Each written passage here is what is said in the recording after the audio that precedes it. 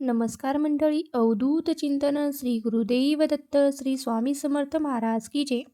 आपण आजच्या व्हिडिओमध्ये जाणून घेणार आहोत की मकर संक्रांतीला मासिक पाळी असेल तर सुगड पूजा कशी करावी किंवा गर्भवती महिलांनी सुगड पूजन कसे करावे याची संपूर्ण माहिती आपण आजच्या व्हिडिओमध्ये जाणून घेणार आहोत. त्यामुळे व्हिडिओ स्किप न करता शेवटपर्यंत पहा. 2026मध्ये 14 जानेवारीला ही मकर संक्रांत आलेली आहे. मकर संक्रांतीचा सण हा सुवासिनी महिलांसाठी खूप खास असतो, महत्त्वाचा असतो. मकर संक्रांतीच्या दिवशी प्रत्येक सुवासिन स्त्री महिला सुगडाची पूजा करत असते, म्हणजे सुगडाची पूजा करत असते. हे सर्वांना माहीत आहे. ते काळ्या किंवा तांबड्या रंगाचे सुगडं घेत असतात आणि त्या सुगड्याची पूजा या दिवशी केली जाते. सुगड म्हणजे काय?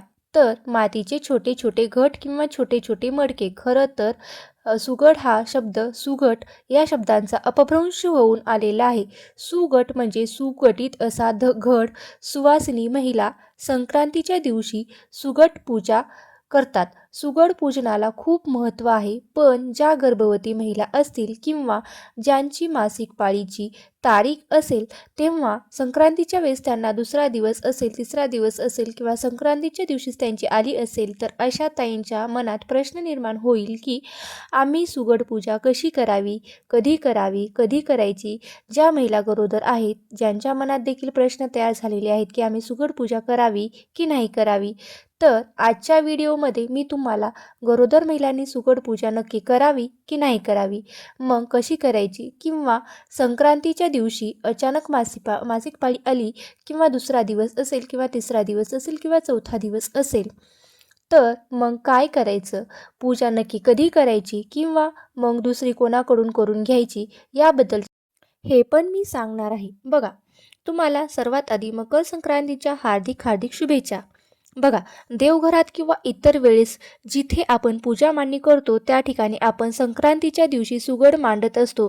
जेथे नवीन धनधान्य असतं ते आपण भरत असतो, त्यांची पूजा करत असतो आणि त्या धनधान्याचे प्रतीक म्हणून आपण सुगड्यामध्ये हरभरा, गाजर, ऊस, तीळ, शेंगदाणे, बोर, तिळगुळ यांसारख्या साहित्य आपण त्या सुगड्यामध्ये भरत असतो.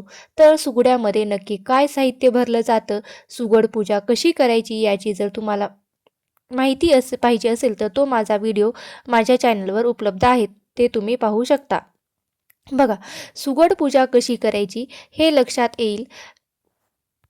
ज्या महिला गरोदर असतील किंवा नुकतीच प्रेग्नन्सी राहिलेली असेल त्यांच्या मनात प्रश्न तयार झालेला असेल की आम्ही सुगड पूजा करावी की नाही करावी, तर नक्कीच तुम्ही सुगड पूजा करू शकता, खण पूजू शकता. बऱ्याच ठिकाणी सुगड्यांना खण पूजणे देखील म्हटलं जातं, बोळके पूजणे असं देखील म्हटलं जातं. थोडंफार अंतर बदललं की त्यानुसार भाषा ही आपल्याकडे बदलत जात असते. तर सुगड माहिती नसेल तर तुम्ही खण पूजणे असंही म्हणू शकतात किंवा बोळकं असंही म्हणू शकतात. गरोदर महिला असतील तर त्यांनी सुगड पूजा करायला चालते. ज्या महिलांना 7वा महिना असेल, नुकताच 7वा महिना लागलेला आहे, 8वा महिना 9वा महिना असेल, त्या महिलांनी सुगड पूजा नाही केली तरी चालेल.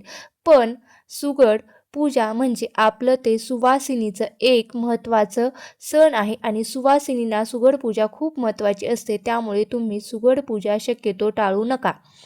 तुम्हाला जर उठायला बसायला त्रास होत असेल तर तुम्ही सुगड पूजा घरातल्या घरात करून घ्या किंवा दुसऱ्या स्त्रीकडून सुद्धा तुम्ही तुमच्या नावाने ती पूजा करून घेऊ शकता. त्यानंतर तुम्ही फक्त त्यावर हळदी कुंकू वाहून पूजा करू शकता. किंवा तुम्हाला खूपच बेड रेस्ट सांगितला असेल तर तुम्ही एवढ्या वर्षी सुगड पूजा नाही केली तरीही चालेल.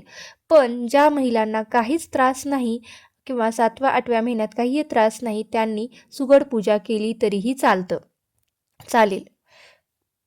ज्या महिलांची मासिक पाळी आलेली आहे त्यांनी सुगड पूजा संक्रांतीच्या दिवशी चुकूनही करायची नाही किंवा दुसऱ्या कोणाकडून करून घ्यायची नाही. तुम्हाला जर चौथा दिवस असेल तरीही तुम्हाला सुगड पूजा करता येणार नाही. 5वा दिवस असेल तर तुम्हाला सुगड पूजा संक्रांतीच्या दिवशी करता येईल. मासिक पाळी असलेल्या महिलांनी किंवा मग ज्या महिलांना सुतक आहे, विटाळ आहे, अशा काही समस्या असतील तर त्यांना संक्रांतीच्या दिवशी सुगड पूजा करता येणार नाही. तर जेव्हा तुमचं सुतक फिटेल किंवा विटाळ मिटेल तेव्हा तुम्हाला किंवा तुमची मासिक पाळी जेव्हा संपेल तेव्हा तुम्ही केस धुतल्यानंतर त्यानंतर तुम्हाला रथसप्तमीच्या आत कधीही तुम्हाला एक दिवस बाजारातून सुगड खरेदी करून आणायचं, सर्व साहित्य त्यामध्ये भरायचं आणि त्या दिवशी तुम्ही सुगड पूजा करून घेतली तरीही चालेल किंवा संक्रांतीच्या नंतर जो रविवार येईल त्या दिवशी सुद्धा तुम्ही सुगड पूजा केली तरीही चालतं. मासिक पाळी असलेले महिला किंवा सुतक असलेले विटाळ असलेल्या तर अशा महिलांनी संक्रांतीच्या दिवशी चुकूनही सुगड पूजा करायची नाही. गरोदर महिलांनी देखील सुगड पूजा करण्यासाठी कोणतेही बंधन नाही, कोणतीही अडचण नाही. गरोदर महिलाही सुगड पूजा करू शकतात. फक्त ज्यांना उठायला बसायचा त्रास आहे त्यांनी सुगड पूजा नाही केली तरीही चालतं. बघा, सुगड पूजा करताना कोणतीही अडचण येणार नाही, कोणतेही बंधन नाही. संक्रांतीच्या दिवशी बऱ्याच ठिकाणी ओटी भरली जाते, हळदी कुंकवाचा कार्यक्रम केला जातो, वाण दिले जातात. तर ज्या गरोदर महिला असतील तर त्यांनी संक्रांतीच्या दिवशी एक काळजी घ्यायची की कोणाकडून आपली ओटी भरून घ्यायची नाही आणि तुम्हीही दुसरी कोणाची ओटी भरायची नाही, कारण आपली ओटी ही मुळातच भरलेली असते. त्यामुळे आपण ओटी भरायची नाही आणि हा एक संस्कार आहे. आपण मकर संक्रांतीच्या दिवशी कोणाकडून ओटी भरून घ्यायची नाही आणि आपण देखील कोणाची ओटी भरायची नाही. एवढी काळजी फक्त गर्भवती महिलांनीच घ्यायची आहे, इतर कोणीही नाही. आणि तसेच या दिवशी आपण वाणही देत असाल तर तुम्ही डायरेक्ट हातात द्यायचं, म्हणजे ज्या गर्भवती महिला आहेत त्यांनी डायरेक्ट त्यांच्या हातात वाण द्यायचं. तर आपल्या ओटीमध्ये तो घ्यायचं नाही आहे, कारण तोही आपली ओटी ऑलरेडीच भरलेली आहे. त्यामुळे आपणही वाण घेताना फक्त गरोदर महिलांनी हातात घ्यायचं. त्यामुळे आपण ओटी कोणाची भरायची नाही आणि कोणाची भरून घ्यायचीही नाही. बघा, मकर संक्रांतीच्या दिवशी सुगड पूजेला जेवढं महत्त्व आहे तेवढंच गाईला नैवेद्य दाखवण्याला देखील महत्त्व आहे. तुम्ही मकर संक्रांतीच्या दिवशी गाईला हिरवा चारा खाऊ घाला किंवा घरात जो स्वयंपाक बनलेला असेल पुरणपोळीचा तो तुम्ही प्रथा असेल तर तुम्ही नैवेद्य बनवलेला असेल तो नैवेद्य तुम्ही गाईला खाऊ घाला. त्यामुळे खूप सारं पुण्य आपल्याला मिळत असतं. मकर संक्रांतीच्या दिवशी गाईची हळद कुंकू लावून पूजा करायची असते. आपण गाईला गोमाता म्हणतो, म्हणून संक्रांतीच्या दिवशी गाईला तिळगुळ खाऊ घाला किंवा हिरवा चारा किंवा तुम्ही घरात बनवलेला नैवेद्य तुम्ही हे गाईला खाऊ घालू शकता. आपल्या परीने शक्य होईल तेवढी तुम्ही यथाशक्ती दान आणि संक्रांतीच्या दिवशी सेवा करण्याचा प्रयत्न करा. महिलांनी शृंगार साहित्य दान केलं तर त्याला देखील खूप महत्त्व आहे. संक्रांतीच्या दिवशी तुम्ही हळदी कुंकवाचा कार्यक्रम करा. संक्रांतीच्या दिवशी हळदी कुंकवाचा कार्यक्रम करतानाही जमला तर तुम्ही रथसप्तमीपर्यंत कधीही हळदी कुंकवाचा कार्यक्रम करू शकता. वाण स्वरूपात तुम्ही काहीतरी भेटवस्तू देखील तुम्ही देऊ शकता, त्या दिवशी द्यायचे असते.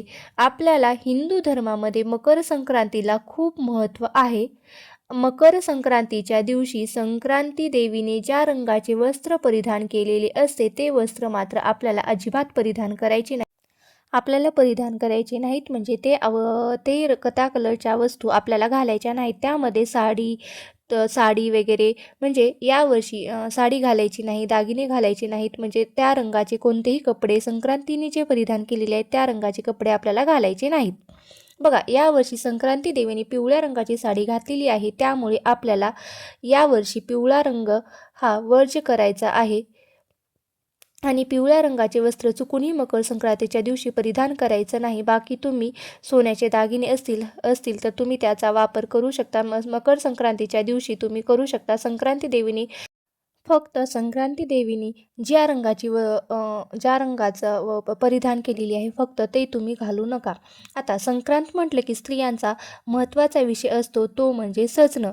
आता सजणं सवरणं सण आणि सणासुदीच्या निमित्ताने आपण सोन्या चांदीचे दागिने हे परिधान करतच असतो.